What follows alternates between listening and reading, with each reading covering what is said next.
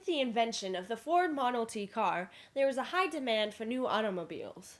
Henry Ford needed a quicker way to create these cars.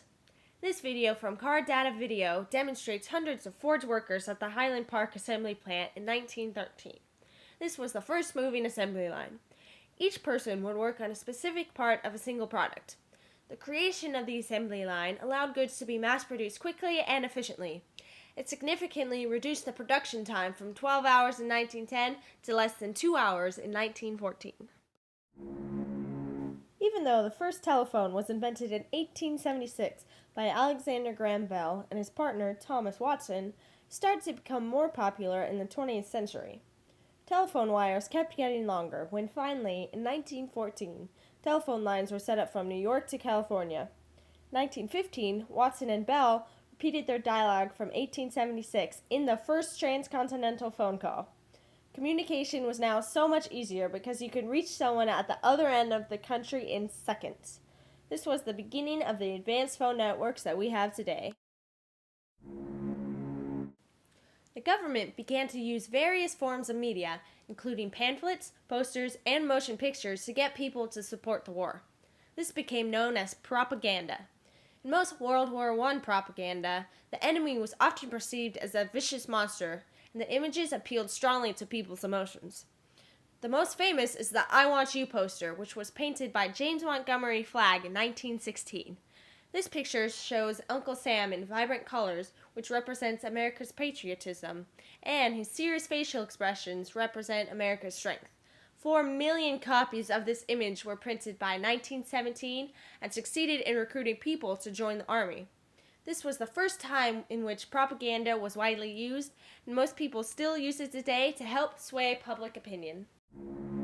Many terrible things came out of World War I, but many good things also came out of it. In 1916, Francis Rouse and J.R. Turner created a citrate glucose solution, which allowed blood to be stored for several days. Because of this discovery, Oswald Robertson, an American Army officer, was able to create the first blood depot, which provided blood transfusions. This practice helped save several soldiers' lives and is still used in war zones today.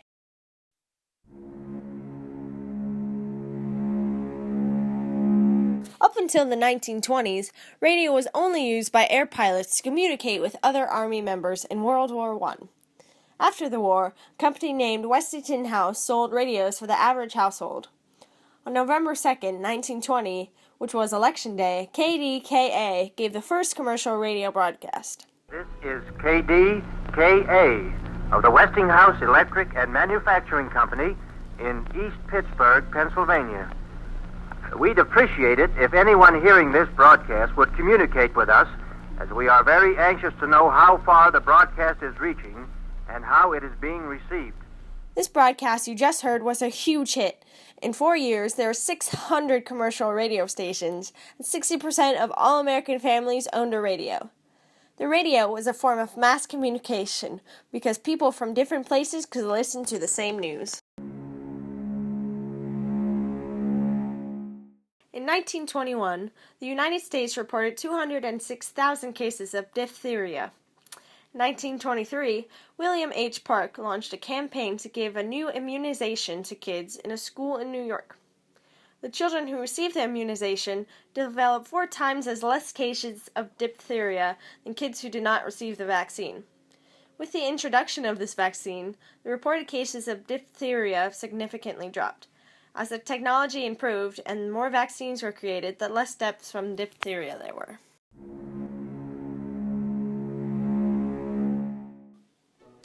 When the movie was invented in the 1800s, all the films had no dialogue, just music and captions. In 1927, the jazz singer starring Al Jolson was released, which is credited as the first talkie. On November 18, 1928, Steamboat Willie became the first cartoon to sync sound with actions, where Mickey Mouse made his film debut. Both of these films were very well received from the public and were considered miracles of light and sound. During the 1920s, the automobile was the most important industry in the United States. This was a time for great economic growth because car prices were surprisingly low. As shown in the graph, in 1929, 4.5 million cars were produced, and no decade after it surpassed it. During this decade, 90% of all cars were made in the United States. Because of this, people were able to travel far distances just for fun.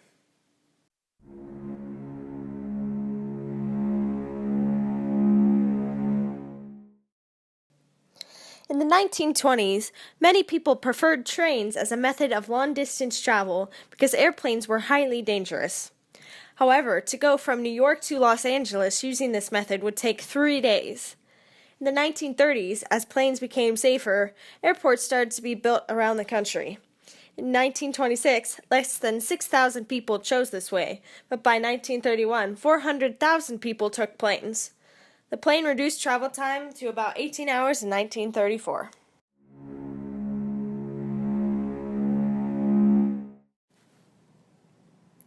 Dr. John H. Gibbon created a heart-lung machine in 1935.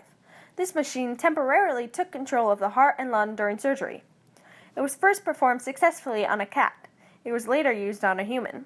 This machine revolutionized the world of medicine because a person was more likely to survive a surgery. It is commonly used in open heart surgery today. In 1939, the Radio Corporation of America publicly introduced the television at the New York World Fair. This brochure, given before the fair, explains what this new invention was and answers questions about the television. Like the radio, the television was a form of mass communication because people could watch the same news in different places around the nation. This was the first time Americans could put images to the sounds they were hearing. Even though sound was introduced in the 1920s, films were still in black and white. In 1939, the classic Wizard of Oz became the first film to have Technicolor. As Dorothy opened her door into the wonderful world of Oz, the film industry opened its door to the world of color. Now almost every film is in high definition with vibrant colors, and it all started with this movie.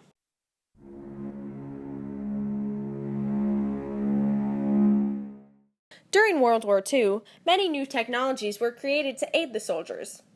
One of these technologies was the radar. The radar was used to spot German submarines from the air.